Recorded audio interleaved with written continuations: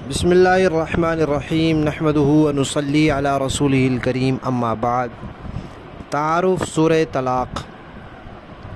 اس سورت کا نام سورہ طلاق ہے اور قرآن پاک کی تلاوت کی ترتیب میں اس سورت کا شمار 65 ہے اور نزول کی ترتیب میں اس کا شمار 99 ہے۔ اس میں 2 رکوع، 12 آیات، 298 کلمات اور 1237 یعنی 1237 حروف ہیں۔ یہ مدنی صورت ہے، یعنی ہجرت کے بعد نازل ہوئی۔ طلاق کے مسائل سورہ بقرہ میں بھی بیان ہوئے ہیں اور سورہ طلاق میں بھی بیان ہوئے ہیں۔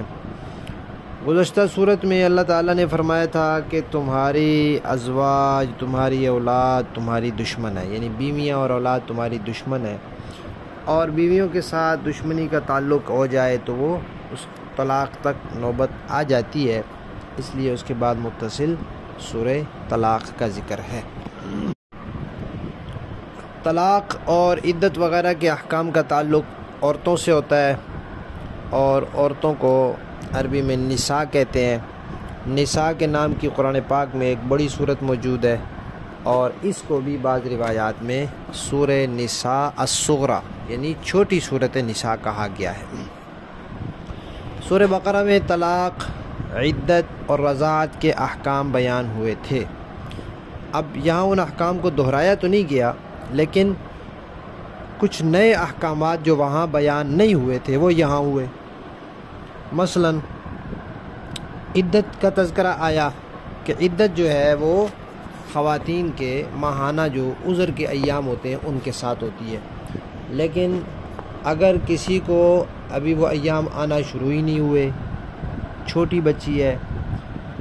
یا عمر زیادہ گزر گئی اور ایام کا سلسلہ ختم ہو گیا، تو اب ان کی عدت کیسے ہوگی اس کا اس میں تذکرہ ہے۔ اسی طرح اگر کوئی خاتون امید سے ہے اور ان کو طلاق ہو جاتی ہے، یا خاتون امید سے ہے اور ان کا شوہر فوت ہو جاتا ہے، تو اب ان کی عدت کیا ہوگی۔ اسی طرح جب خاوند طلاق دے دے بیوی کو، تو پھر جتنا وقت اس کی عدت کا ہے اس نے کہاں رہنا ہے، اس کی روٹی پانی یعنی نان نفقے کا انتظام کس نے کرنا ہے، اس کی ذمہ داری کس پر ہے، اس کا بھی اس میں تذکرہ ہے۔ پھر چھوٹے بچے چھوٹے ہوں اور ان کی والدہ کو طلاق ہو جائے، تو پھر ان بچوں کو دودھ پلانے کی ذمہ داری کس کی ہے، یہ بھی یہاں بیان ہوا ہے۔ اور پھر یہ یاد رکھنا چاہیے کہ طلاق کا اثر صرف 2 افراد پر نہیں، 2 گھرانوں اور 2 خاندانوں پر پڑتا ہے، اور معاشرے کے بہت سے افراد اس سے بہت شدید متاثر ہوتے ہیں۔ اس لیے اس کا فیصلہ خوب سوچ سمجھ کر کرنا چاہیے، اور جہاں تک ممکن ہو طلاق دینے سے بچنا چاہیے، اور آخری حد تک یہ کوشش کرنی چاہیے کہ اگر طلاق ہو بھی رہی ہے تو دشمنی، لڑائی جھگڑے اور نفرت کے ماحول میں نہ ہو۔ اور اس کا طریقہ کیا ہے؟ انسان اپنے آپ کو اللہ کے سامنے جواب دہ ہونے کا خیال ذہن میں رکھے کہ اللہ کے ہاں میں نے جواب دہ ہونا ہے، اور میں نے کسی کے ساتھ زیادتی کی تو اس کے بارے میں پھر اللہ تعالیٰ نے مجھ سے پوچھنا ہے، اور میں وہاں کیا جواب دوں گا۔ اور یہ بات صرف طلاق کے ساتھ خاص نہیں ہے، بلکہ ایک معتدل زندگی گزارنا اور باہمی ایک دوسرے کے حقوق کا، ایک دوسرے کا خیال رکھنا، یہ صحیح معنوں میں تبھی ہو سکتا ہے جب ہر ایک کو اللہ کے سامنے جواب دہ ہونے کی فکر لاحق ہو، اور وہ اللہ کا خوف دل میں رکھ کر دوسرے کے ساتھ معاملات کرے اور اس کے حقوق کو پورا کرے۔ نبی پاک صلی اللہ علیہ وسلم کا ارشاد ہے کہ اللہ تعالیٰ کے نزدیک جو چیزیں مباح ہیں، حلال ہیں، ان کا کوئی گناہ نہیں ہوتا، ان میں سب سے ناپسندیدہ چیز جو ہے وہ طلاق ہے، یعنی اس کو پسند نہیں کیا گیا۔ اس لیے بہت سے طریقے اور بتائے گئے ہیں کہ اگر آپس میں کوئی اونچ نیچ ہو رہی ہے تو ان طریقوں سے اصلاح کی جائے۔ مثلا بیوی کی اصلاح کے 4 طریقے بتائے ہیں کہ اس کو سمجھائے نرمی سے، پیار سے، نہیں تو پھر ڈانٹ ڈپٹ کی جائے اور بستر الگ کر لیا جائے۔ تیسرا مرحلہ یہ ہے کہ کچھ سزا دی جائے، لیکن اس میں بھی قیود لگائی ہیں کہ منہ پہ نہ مارے، کسی ایسی چیز سے نہ مارے جس سے جسم پہ نشان پڑ جائے، اور کیوں مقصد تو ڈراوا ہے، مقصد اس کو اذیت پہنچانا نہیں ہے، اس کی کوئی ہڈی پسلی توڑنا نہیں ہے، اس کے جسم کا کوئی عضو بیکار کرنا نہیں ہے، مقصد ڈراوا ہے کہ اس کے اندر اگر کوئی خرابی ہے تو وہ دور ہو جائے۔ اور چوتھی صورت یہ ہے کہ مرد عورت دونوں کے خاندانوں کی طرف سے ایک آدمی مقرر کر دیا جائے اور وہ مل کر دونوں کی بات سن کر فیصلہ کر لیں۔ لیکن کبھی ایسے ہوتا ہے کہ صورتحال بہت آگے بڑھ چکی ہوتی ہے اور کسی طرح کا بھی دونوں کا نباہ نہیں ہو رہا ہوتا، تو پھر آخری علاج جو ہے وہ یہ ہے کہ جدائی ہو جائے۔ اسی جدائی کا طریقہ طلاق ہے، لیکن اس طلاق کے لیے بھی ماحول ایسا ہونا چاہیے کہ اس کی وجہ سے باقاعدہ دشمنیاں اور نفرتیں اور بغض اور یہ چیزیں نہ پیدا ہوں۔ اسلام کے نظام طلاق کے بارے میں یہ بات یاد رکھنی چاہیے کہ انسان کی یہ جو عارضی زندگی ہے، اس میں مختلف نشیب و فراز، اتار چڑھاؤ آتے رہتے ہیں۔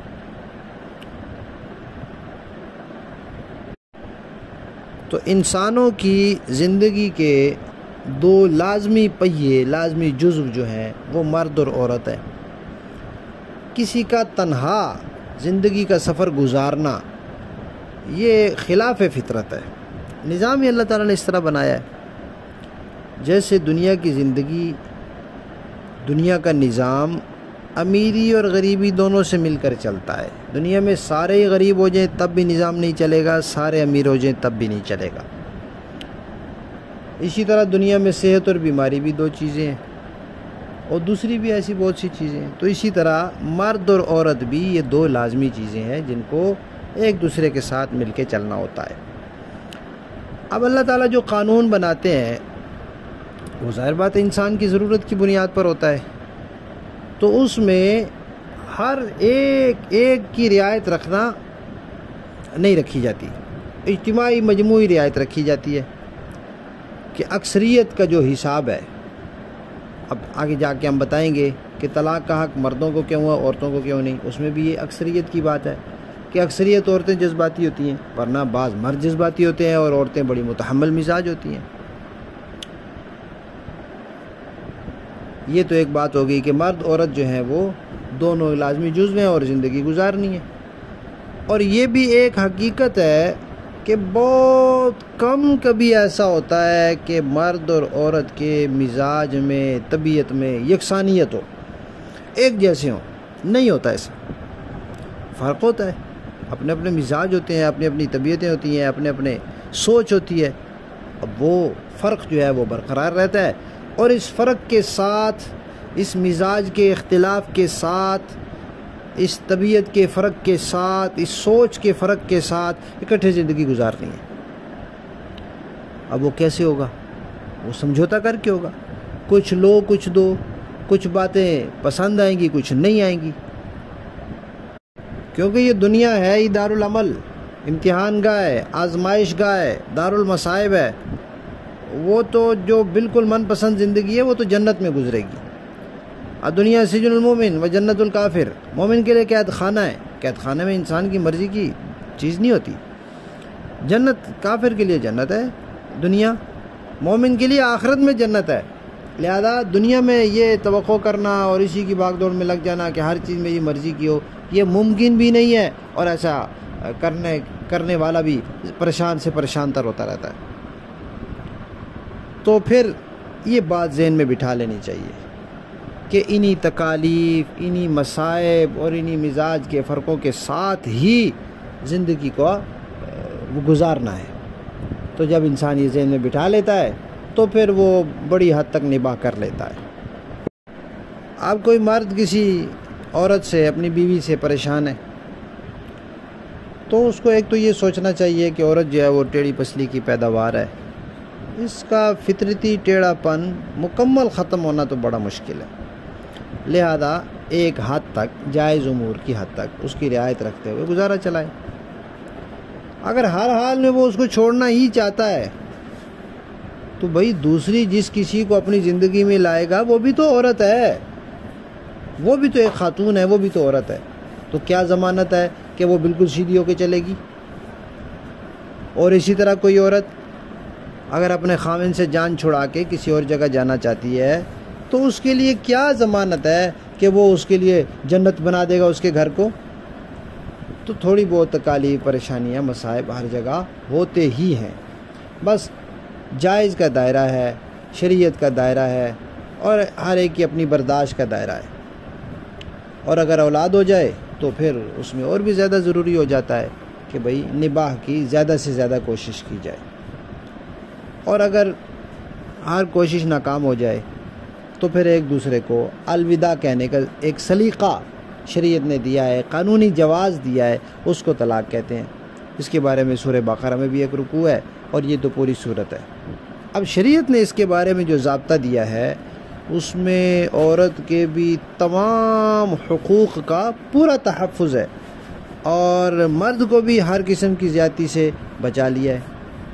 تو اس لیے شریعت نے اس بارے میں ایک پورا ضابطہ اور نظام بنایا ہے اور مردوں کو اس کا پابند کیا ہے۔ اب جب اس کی پابندی وہ نہیں کرتے تو پھر پریشان ہوتے ہیں۔ اب اس میں کس چیز کا پابند کیا؟ ایک تو یہ پابند کیا ہے کہ طلاق جو دی جائے وہ ایک ہی دی جائے، بس اس سے زیادہ دینے کی ضرورت ہی نہیں ہے،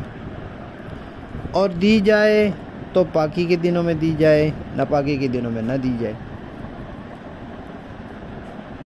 اور ایسے الفاظ سے دی جائے کہ اگر اس کے بعد صلح ہو جاتی ہے تو عدت کے اندر اندر دوبارہ رجوع ہو سکے،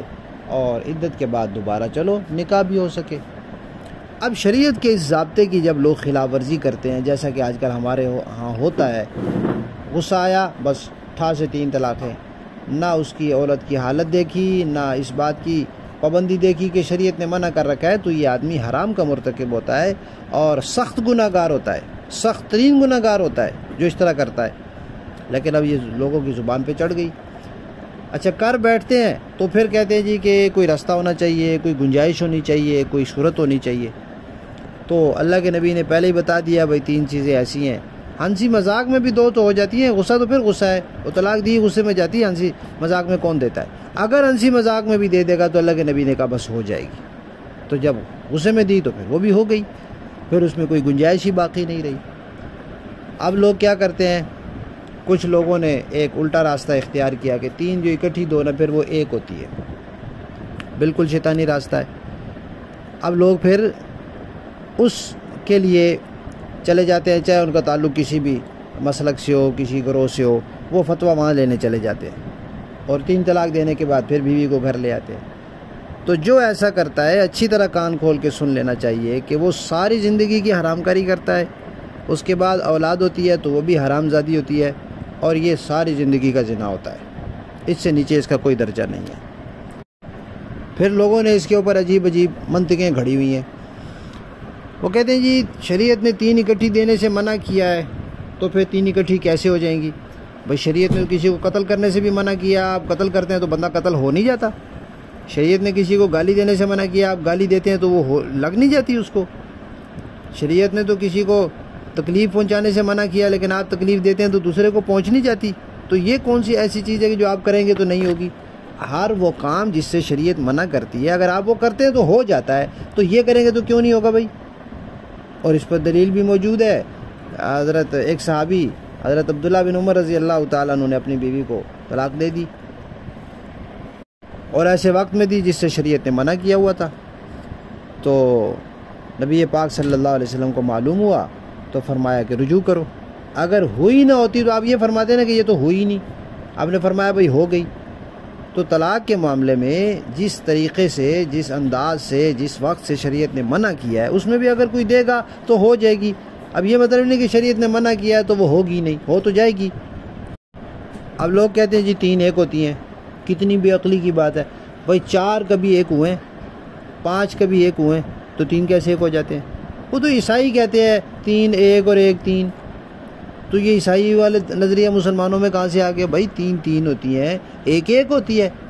دنیا میں کبھی کسی چیز کے بارے میں سنا ہے؟ وہ اس پر ایک لطیفہ بھی ہے، ایک دفعہ 3 کو 1 کہنے والے اور دوسرے حضرات کچھ پکڑے گئے تو انہوں نے کہا بھائی پولیس والے کو، بھائی دیکھو آپ نے جب سزا دینی ہے نا تو ہمیں جب ڈنڈے لگاؤ گے تو 3 لگا کے 3 گننا، اور ان کو جب لگاؤ گے تو 3 لگا کے 1 گننا، کیونکہ یہ 3 کو 1 کہتے ہیں۔ بھائی کتنی بے عقلی کی بات ہے، بھائی 3 بھی کبھی 1 ہوئی ہیں۔ باقی رسول اللہ صلی اللہ علیہ وسلم کی زندگی میں جو صورتحال تھی وہ یہ نہیں تھی 3 1 والی، وہ یہ تھی کہ کوئی آدمی طلاق 1 دیتا لیکن پھر اس کو سناتا، بار بار اس کو کہتا بھئی میں نے اب دے دی ہے۔ جیسے ایک آدمی اپنی بیوی کو طلاق دے، پھر اب اس کے والد کو فون کر کے اطلاع دے کہ میں نے آپ کی بیٹی کو طلاق دے دی، پھر اس کے بھائی کو فون کر کے اطلاع دے کہ میں نے آپ کی بہن کو طلاق دے دی، پھر اس کی بیٹے کو فون کرے کہ میں نے تمہاری والدہ کو۔ اب یہ 4 جگہ اس نے بولا لیکن وہی ایک ہی بتا رہا ہے نا سب کو کہ میں نے دے دی، اور طلاقیں تو نہیں دے رہا۔ تو اس طرح کی جو صورت ہوتی تھی کہ دیتا 1 تھا لیکن اس کو کہا بار بار، سنایا بار بار، تو اس پر بھی نبی پاک صلی اللہ علیہ وسلم نے قسم لی کہ بھائی اللہ کی قسم کیا یہی تمہارا ایک ہی ارادہ تھا، ایک ہی دی تھی، باقی جو بار بار کہہ رہے تھے وہ تو سنا رہے تھے؟ تو انہوں نے کہا جی بالکل۔ تو پھر ان کی بات قبول ہو گئی، لیکن چونکہ رسول اللہ صلی اللہ علیہ وسلم جب تشریف لے گئے اب لوگوں کے اندر وہ سچائی رہی نہیں، وہ خدا خوفی رہی نہیں، تو جب غصے میں کہہ رہے تھے اس وقت تو سوچا ہی نہیں ہوتا۔ تو پھر اس کے بعد صحابہ کرام نے یہ طے کر دیا کہ اب کوئی 3 لفظ بولے گا تو چاہے وہ سوچے یا نہ سوچے بس 3 ہوں گے۔ تو نبی پاک کہہ گئے تھے بھئی ابو بکر عمر کی پیروی کرنا، اور کہہ گئے تھے کہ شیطان جو ہے وہ عمر کے راستے پر نہیں چلے گا، تو بھئی ہمیں تو شیطان نہیں بننا، اس لیے ہم تو حضرت عمر کے راستے پر چلیں گے۔ اور آپ صلی اللہ علیہ وسلم فرما گئے تھے کہ نجات والا راستہ وہ ہوگا جو میرے اور میرے صحابہ کا طریقہ ہے، اور فرما گئے تھے تم پر میری سنت لازم اور میرے خلفائے راشدین کی سنت لازم۔ آپ تاریخ میں دیکھ لیں کہ چاہے امام ابو حنیفہ، امام مالک، امام شافعی ہوں، چاہے امام بخاری، امام ترمذی، امام نسائی، امام مسلم ہوں، چاہے بعد کے یا پہلے کے لوگ ہوں، جس مسئلے پر صحابہ نے اتفاق کیا ان ائمہ میں سے کسی نے اس سے اختلاف نہیں کیا۔ یہ تو اب آ کے گروہ پیدا ہوا جس نے یہ کہنا شروع کر دیا کہ ہم نے تو کلمہ نبی کا پڑھا ہے، ہم کیوں صحابہ کے پیچھے چلیں؟ بھئی قرآن نے بھی کہا صحابہ جیسے ایمان لاؤ تو کامیاب ہے، نبی نے بھی کہا کہ صحابہ کی سنت تم پر لازم ہے اور نجات والے لوگ صحابہ کے طریقے پر چلنے والے ہیں، اور حضرت ابو بکر عمر کا تو نام موجود ہے۔ اب اگر کوئی ان کا طریقہ چھوڑتا ہے تو وہ اپنی حیثیت اور درجہ خود ان آیات اور احادیث کے درجے میں روشنی میں متعین کر لے۔ کچھ لوگ سعودی عرب کا حوالہ دیتے ہیں، تو سعودی عرب میں جو علماء کی مجلس بنی ہوئی ہے انہوں نے ان کے سامنے یہ لفظ پیش ہوا کہ کوئی آدمی 3 طلاق دے تو اس کا کیا حکم ہے اکٹھی، تو 6 مہینے تک انہوں نے اس مسئلے پر خوب غور و فکر کیا، کتابیں چھانی کہ کہیں سے اس کی کوئی گنجائش ہے، اور اس کے بعد آخر انہوں نے واضح الفاظ میں یہ فیصلہ دے دیا کہ ایک لفظ سے دی گئی 3 طلاقیں بھی 3 ہی ہوتی ہیں، اگرچہ 3 کی نیت نہ بھی ہو، یہ بھی اس میں ہے۔ باقی یہ بات کہ عورت کو حق طلاق کیوں نہیں دیا، تو عورت کے مزاج کو اللہ تعالیٰ نے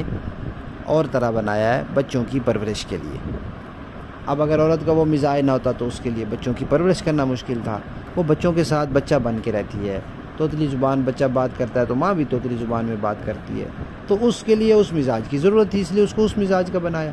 اب مردوں کو اس مزاج کا بنا دیں تو نظام ہی سارا الٹ ہو جائے، تو اس لیے پھر طلاق کا حق مردوں کو دیا۔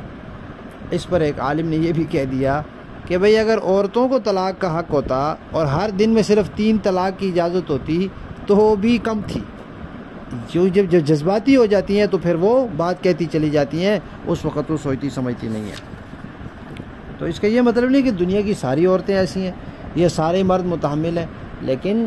ہر ایک کے لیے الگ الگ قانون تو نہیں بن سکتا، اس لیے اللہ تبارک و تعالیٰ نے اکثریت اور عمومیت کے لحاظ سے ایک قانون بنا دیا ہے۔ اب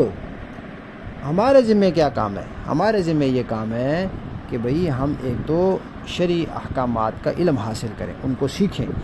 اور دوسرے نمبر پر یہ کہ